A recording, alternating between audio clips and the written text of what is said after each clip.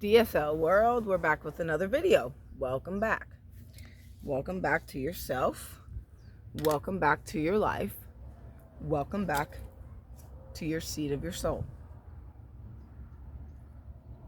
There's only one thing that truly shakes up your world and completely brings you right back into the seat of yourself immediately. That is facing death. You're going to die. I'm going to die. Everyone that you know and love is going to die. It's not that it's a bad thing. In fact, it's one of the most enlightening things I've come to terms with.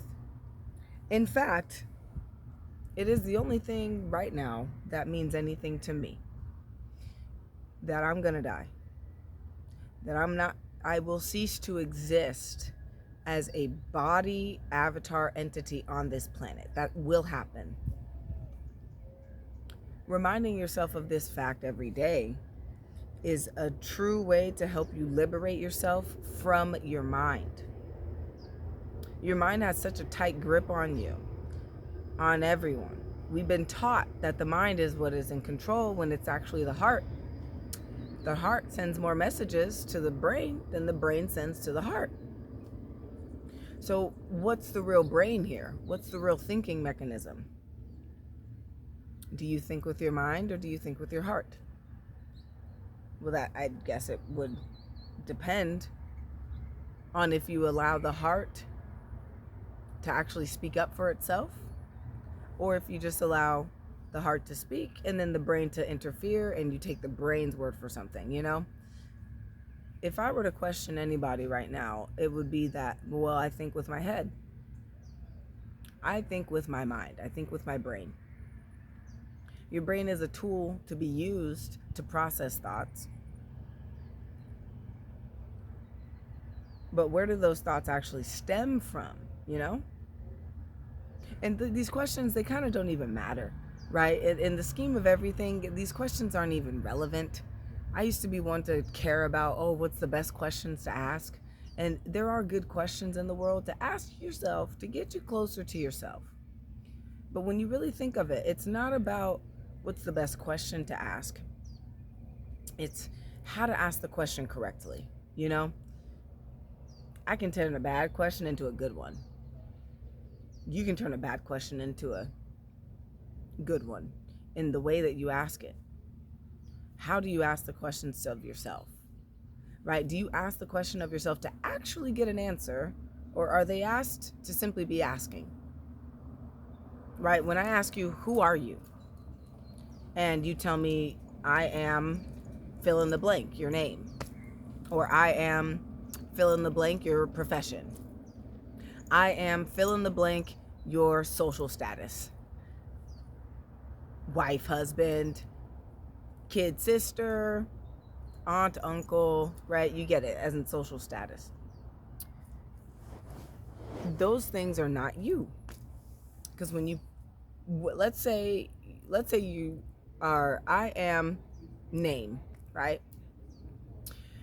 And you may be 17 years old. Your parents have some feeling and they say, you know what? We're going to change your name, son or daughter. We're going to change your name. Instead of being John, you are now Jane. Instead of being John, you're now Bryce.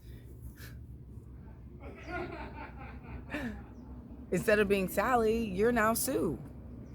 See, the name ain't you. The name is not you. Another example. I am fill in the blank in sales. I'm a sales agent, right? I'm a real estate agent. Yeah, feel nice and real cool by saying that, you know? I'm a real estate agent. Okay, well, tomorrow, if you lose your license, then what are you?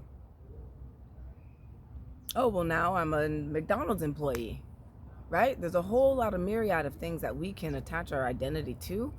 But then when we look back far enough, behind all the different layers that we ourselves put up to be identified with, you end up in this place where you notice that those aren't true things. Those are actually you. Those are not actually you. You end up in a place where you realize the conditions of your life do not define you. You have defined the conditions of your life. If those conditions happen to be good in your eyes, well, then what are you going to do? You're probably going to keep up whatever it is to continue on that path of feeling good and having a good life in your eyes. And then someone challenges you and they say, wow, well, making money isn't good. Actually, we find that people who make more money are actually more sad. You can choose to believe it or not, but if you do choose to believe that, what happens? Your entire sense of self that has been banked on feeling good, that you've got a lot of money, is now being challenged by something. So then that challenging thought just replays and replays and replays and replays in their mind until all of a sudden you don't feel so darn good about the money you have. You don't feel so good about the house you live in. You don't feel so good about the purse you just bought. You don't feel so good about, you see, it will happen. That right there is a prime example as to why everything in life why everything in your particular life, in your mind, because that's all that your life is just in your mind. It's not the real life that happens every day. That what's in your mind takes away from what's actually happening. Because what's actually happening is you're doing work, you're making money, and you're using that money to build up a life that you think is good enough. Not only to you, right? But also to the outside world, to society. You care about what society thinks of you. You care about how society treats you. It's inbred in us. We have to care about that. So we think. But when we're caring about all of this, why? Because why? Right? Why? I care about this. We care about these things.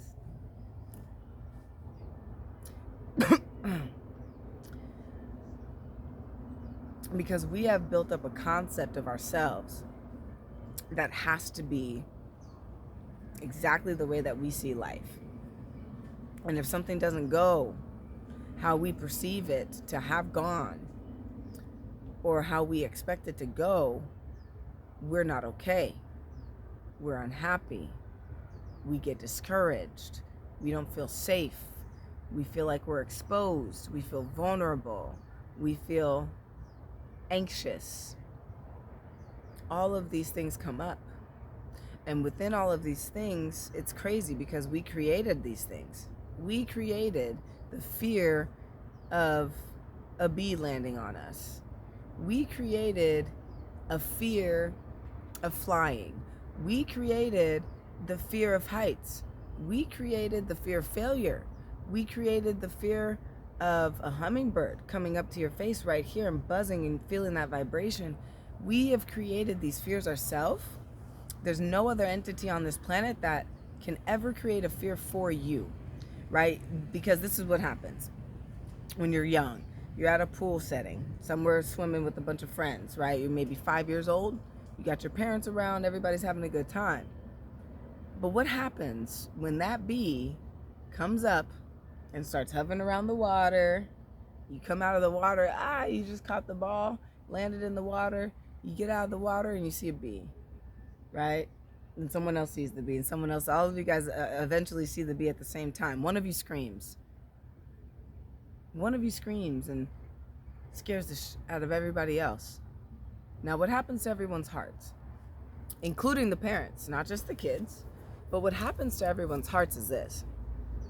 They start to beat fast. Boom, boom, boom, boom, boom, boom, boom, boom, boom, boom, boom, boom, boom, boom, boom, boom, boom, boom, boom, boom. As that beating is occurring, there's a tightening, right? Because the faster something moves, the harder and more solid it becomes, just like water. That's why water is a solid, a liquid, and a gas. The tighter that water vibrates with each other, or the faster that it vibrates, the ions and the molecules of water, the more solid they become. Just like the sun now. The sun has been emitting a different type of vitamin D for the last 20 years. This has been actually lightening the density of the entire planet, including everything that lives on it. Well, interestingly enough, water turns from a solid to a liquid to a gas and back the other way. When are the water molecules and atoms vibrating at their slowest? When it's a gas, when it's floating in the air. You see the bees, everyone's hearts start racing. Now, because our hearts have an aura around them, especially as children, it's even larger. Because our hearts have an aura around them that radiates roughly 6 feet around the body, that's as far as they can measure, everyone's heartbeats start to come into unison with each other. Everyone starts to feel the same thing. If one of those individuals, just one, if a parent or even one of those children were to be calm and centered and not allow the racing of the heartbeat to influence the reaction, the heart would start to slow, and that effect would take place and manifest in each and every one of those individuals. Maybe not at the level as the one experiencing it firsthand, but at some level it will affect the hearts of others. So what's the point here, right? There's always a time where things outside of us influence us and do their best to make us feel a certain way. At that point, it's up to us, in this case with the bee, it's up to the individual to stay the centerpiece, to be okay that there is a bee that's got the potential to do harm. But there it is again, right? What is harm? Who defined harm to you? What if the bee sting actually gave you some sort of power like Spider-Man, right? The spider bit Peter Parker, and yet Peter Parker became Spider-Man. So that harmful thing became something good. What if it was the same with the bee? If it were, then there would be no need to feel that fear of the bee. In fact, you'd feel excitement for it. You'd be excited every time a bee were to land on you, because what would your thought be? Your thought would be, oh, when this bee lands on me, it's going to give me some type of great honey making power, right? So every time you cry, your tears are made of honey, and you can take that honey, put it in your tea, and drink yourself. Right? So your mind has the capability to imagine anything. Why imagine the harmful pieces? Well, we're still on track here, right? Because we just define harm as something that's fickle. It's something that's fickle. Meteorites and things crash into each other all the time, and yet that's seen as beautiful because what's happening is a creation. Bugs eat other bugs all day long. You've got wild animals, tigers and lions, eating deer and what are those other things called? I want to say elk, but I don't think elk really dwell in the same places as tigers and lions. I mean, buffalo, right? They eat everything. And yet we see that as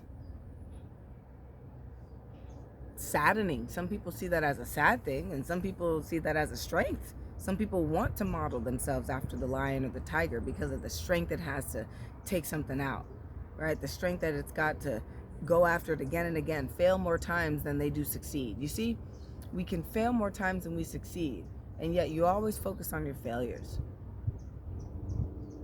It's just an incredible thing when we start to face death, because with this, death becomes your new way of living. When you're let's say somebody told you right now that you have 2 months to live. You got 2 months. 2 months from today, meaning May 28th or 7th, whatever day it is, May 20 something to July 20 something. This is all the time you have. It's a guarantee you're going to die.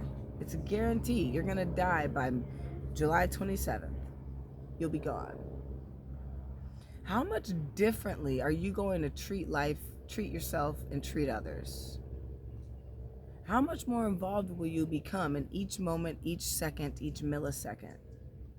How much stronger would you be at handling negative emotions, random rudeness, and people cutting you off in the car?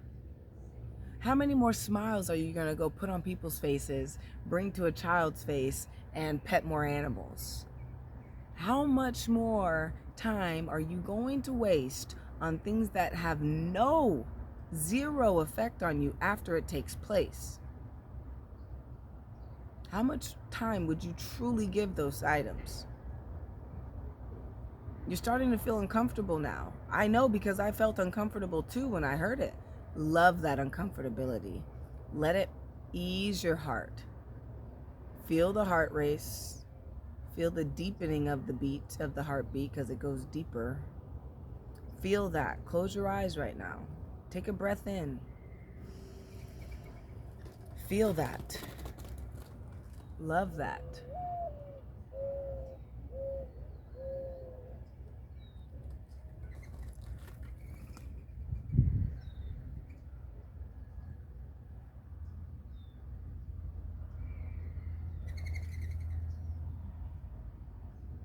Love it. This love you feel for the death you're going to eventually face should be the love you feel throughout every second of every day.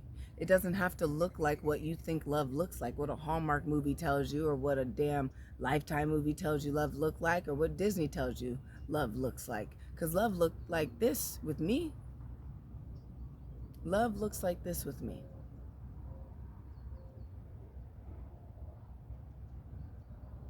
Love looks okay with everything. A bird just landed there. I've never had a dove or a bird land near me like this before, ever in life. My mind, which is its own entity, it's not me, it's something I observe. My mind instantly thought, oh, very cool bird. I'm kind of scared. Maybe if it poops on me? I literally know word for word what my mind said. And then I separated myself from that thought. I said, nope, that's not me. The bird's here. The bird is here. Take this for what you will, and keep expecting more of this. It's a whole new chapter of life, and that is facing death. It's the way that we walk the path toward the sun together with Makaija and direct sunlight.